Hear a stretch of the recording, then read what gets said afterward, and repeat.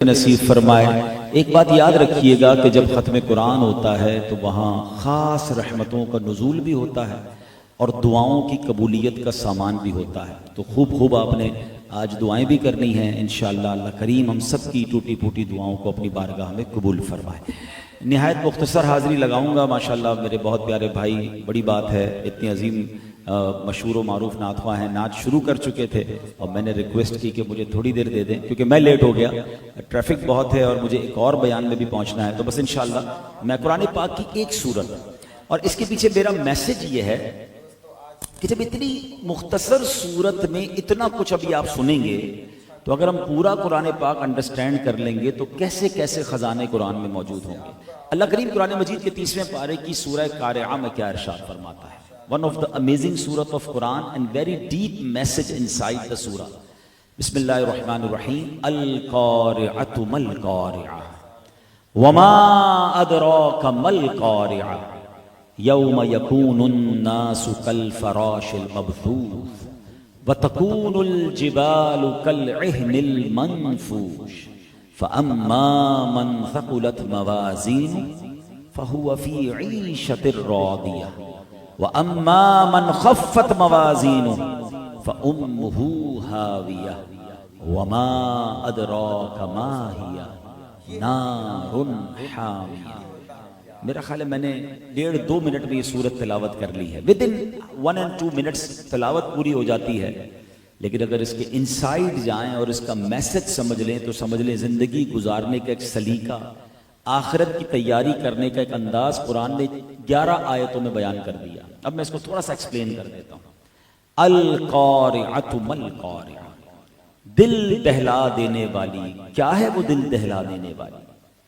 قارعہ کہتے ہیں دل دہلانے والی، اور علماء فرماتے قارعہ قیامت کے ناموں میں سے ایک نام ہے۔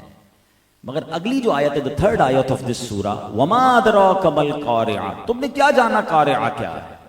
ابھی بڑی عجیب بات ہے کہ ہم تو قرآن پڑھ رہے ہیں، ہم تو سیکھ رہے ہیں، ہمیں کیا پتا قارعہ کیا ہے؟ لیکن یہ قرآن کا ایک اسلوب ہے، actually is a beautiful style of قرآن، کہ جب کسی بات کو انفسائز کرنا ہوتا ہے، کسی بات کی اہمیت اجاگر کرنی ہوتی ہے، قرآن پہلے سوال کرتا ہے اور پھر قرآن ہی جواب عطا فرماتا ہے۔ جیسے ایک اور جگہ آپ پڑھتے ہیں اِنَّا أَنزَلْنَاهُ فِي لَيْلَةِ الْقَدْرِ وَمَا أَدْرَاكَ مَا لَيْلَةُ الْقَدْرِ، تم نے کیا جانا لیلۃ القدر کیا ہے؟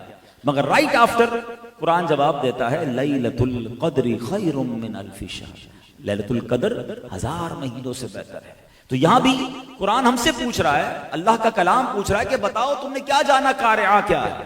It means be aware, be careful, کوئی بڑی بات ہونے جا رہی ہے۔ جب ہی کوسچن کریٹ ہوا ہے اور اب اگلی آیت میں اس سینیریو کو بیان کیا جا رہا ہے کہ قارعہ کیا ہوگی؟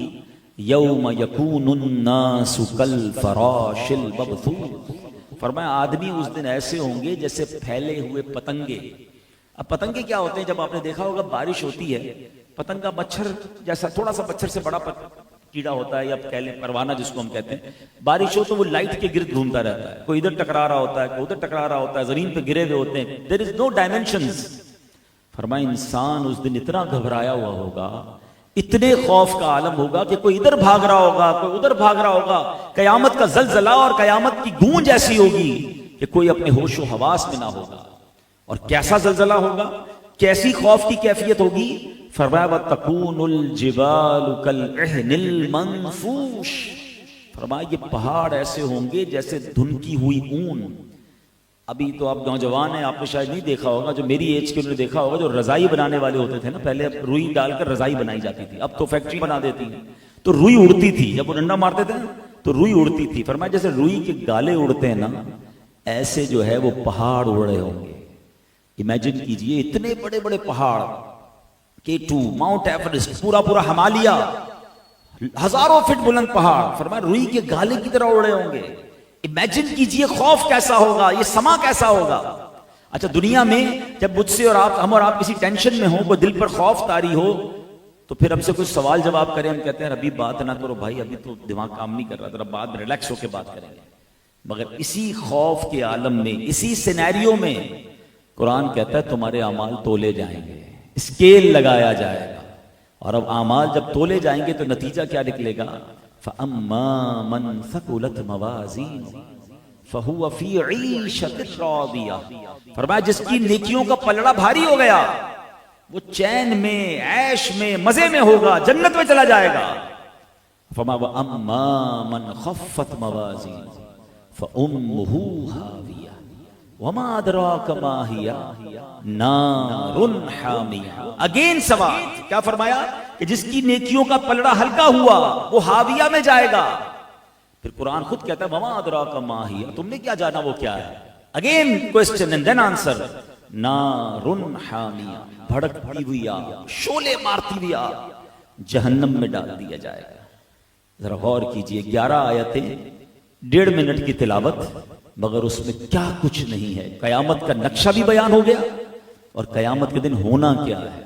یہ ہم سب کے لیے میسج ہے کہ میرے اور آپ کے اعمال تولے جائیں گے۔ اس پوری صورت کو پیارے آقا علیہ الصلوۃ والسلام کی ایک حدیث سے سمجھیے۔ نبی پاک علیہ الصلوۃ والسلام فرماتے ہیں جس کا مضمون ہے قیامت کا دن ہوگا اور ایسے بھی لوگ ہوں گے جن کی ایک نیکی کم ہوگی، ایک نیکی، یعنی بیلنس شیٹ میں ایک گنا زیادہ ہوگا۔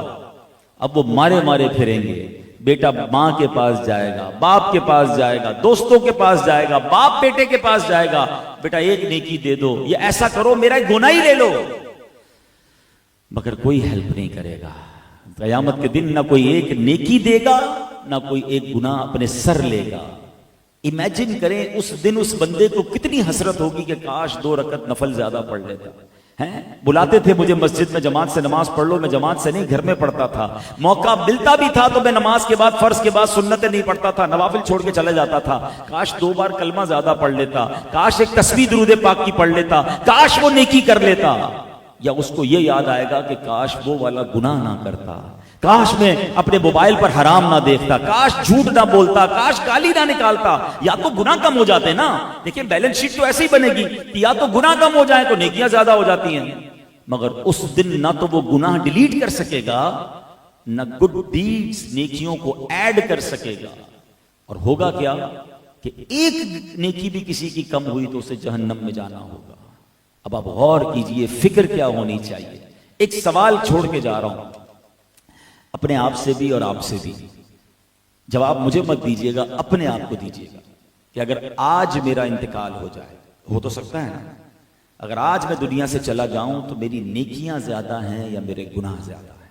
اپنے آپ سے سوال کر لیں، اور اگر سچا جواب آئے نا دل سے کہ نہیں بھائی ابھی مرنا نہیں ہے، ابھی تو گناہ زیادہ ہیں، ابھی تو بڑی نمازیں قضا کر لی ہیں، ابھی تو حرام بھی کما رہے ہیں، ابھی تو غلط باتیں بھی ہو رہی ہیں، پہلے توبہ کرنی ہے، تو پھر انتظار کس بات کا ہے؟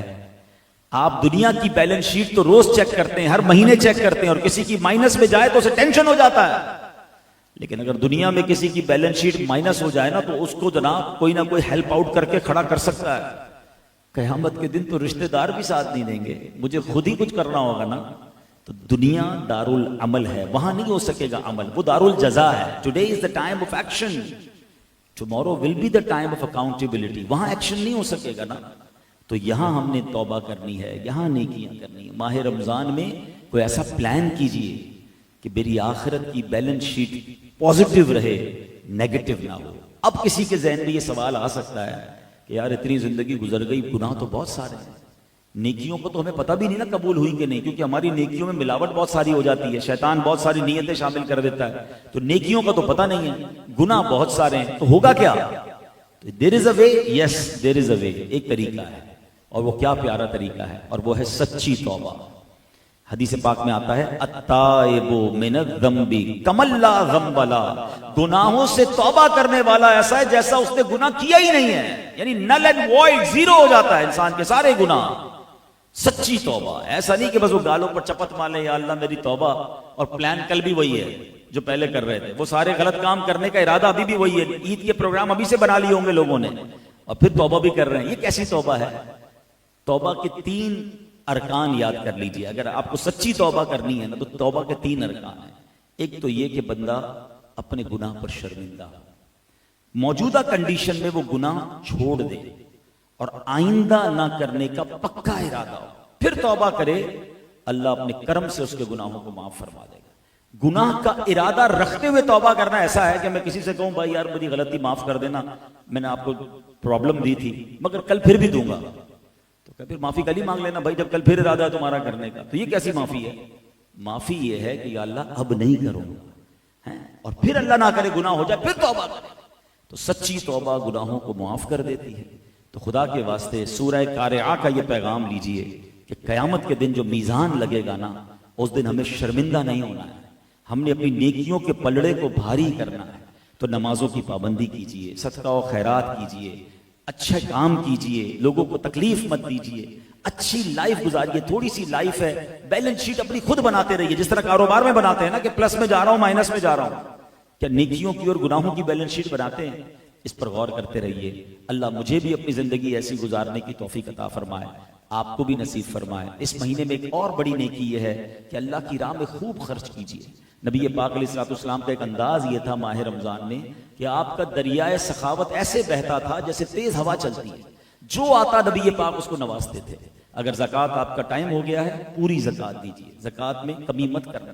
یہ مال کا میل ہے، میل مال میں رہے گا سارے مال کو میلا کر دے گا، تو پوری زکوٰۃ دیں، اس کے علاوہ بھی صدقہ و خیرات کریں کہ یہ اللہ کا دیا ہوا مال ہے، کم نہیں ہوگا، گھبرائے نہ۔ نبی پاک نے قسم اٹھا کر فرمایا، میں اللہ کی قسم کھا کر کہتا ہوں کہ اللہ کی راہ میں مال خرچ کرنے سے مال کم نہیں ہوتا، تو نہیں ہوگا۔ آپ خرچ کریں، اپنے غریب رشتہ داروں کو دیں، غریب ملازمین کو بانٹیں، سحری کرائیں، افطاری، جو کر سکتے کریں، لوگوں کے دلوں میں خوشیاں داخل کریں، اللہ آپ کی غم بھی دور کر دے گا، آپ کے مال میں برکت بھی ڈال دے گا۔ اور اپنے غریب رشتہ داروں اور ملازمین کے بعد میری گزارش ہے کہ دعوت اسلامی جو دین متین کا بہت بڑا کام دنیا بھر میں کر رہی ہے، ہمارے 16,000 سے زیادہ مدارس ہیں، 5 لاکھ سے زیادہ بچے اور بچیاں بغیر فیس کے قرآن پاک پڑھ رہے ہیں، درس نظامی کر رہے ہیں، حافظ بن رہے ہیں، ناظرہ پڑھ رہے ہیں، لاکھوں بچے فارغ ہو چکے ہیں، ہزاروں مساجد دعوت اسلامی نے بنائی ہیں، ویلفیئر کے کام بھی آپ دیکھ رہے ہوں گے، دنیا بھر میں کام جاری ہیں۔ تو ہمارا مال اگر وہاں لگتا ہے تو دین کے کام میں ہم سپورٹو ہو جائیں گے، تو اس میں بھی ضرور حصہ ملائیں۔ اللہ آپ سب کو سلامت رکھے۔ میں صدیق بھائی کو، ان کی پوری فیملی کو مبارکباد پیش کرتا ہوں، ہر سال بڑی محبت سے ہی محفل سے جاتے ہیں، آج میری حاضری تھوڑی سی کم رہی ہے، انشاءاللہ حضرت انشاءاللہ دعا بھی کریں گے، اور اللہ پاک جو ہے میں دعا کر دیتا ہوں، سب دعا کر لیں کہ اللہ کریم حافظ محمد زین عبد الرشید صاحب جنہوں نے پڑھا، ان کا پڑھنا قبول فرما۔ اللہ بالخصوص عبد الغنی عبد الکریم بارائی صاحب، ان کے تمام مرحومین، اس فیملی کے تمام مرحومین جن کا انتقال ہوا ہے، اللہ ان سب کی مغفرت فرما۔ ان کی والدہ محترمہ جو مجھ سے بھی میری والدہ کی جگہ ہیں، بہت محبت فرماتی ہے، اللہ ان کو شفا عطا فرما۔ ان کی خالہ رقیہ اقبال کو بھی صحت عطا فرما، بڑی بہن ان کی جو بیمار ہے اللہ ان کو بھی صحت عطا فرما، پورے خاندان کو سلامتی، عافیت اور روزی میں برکت عطا فرما۔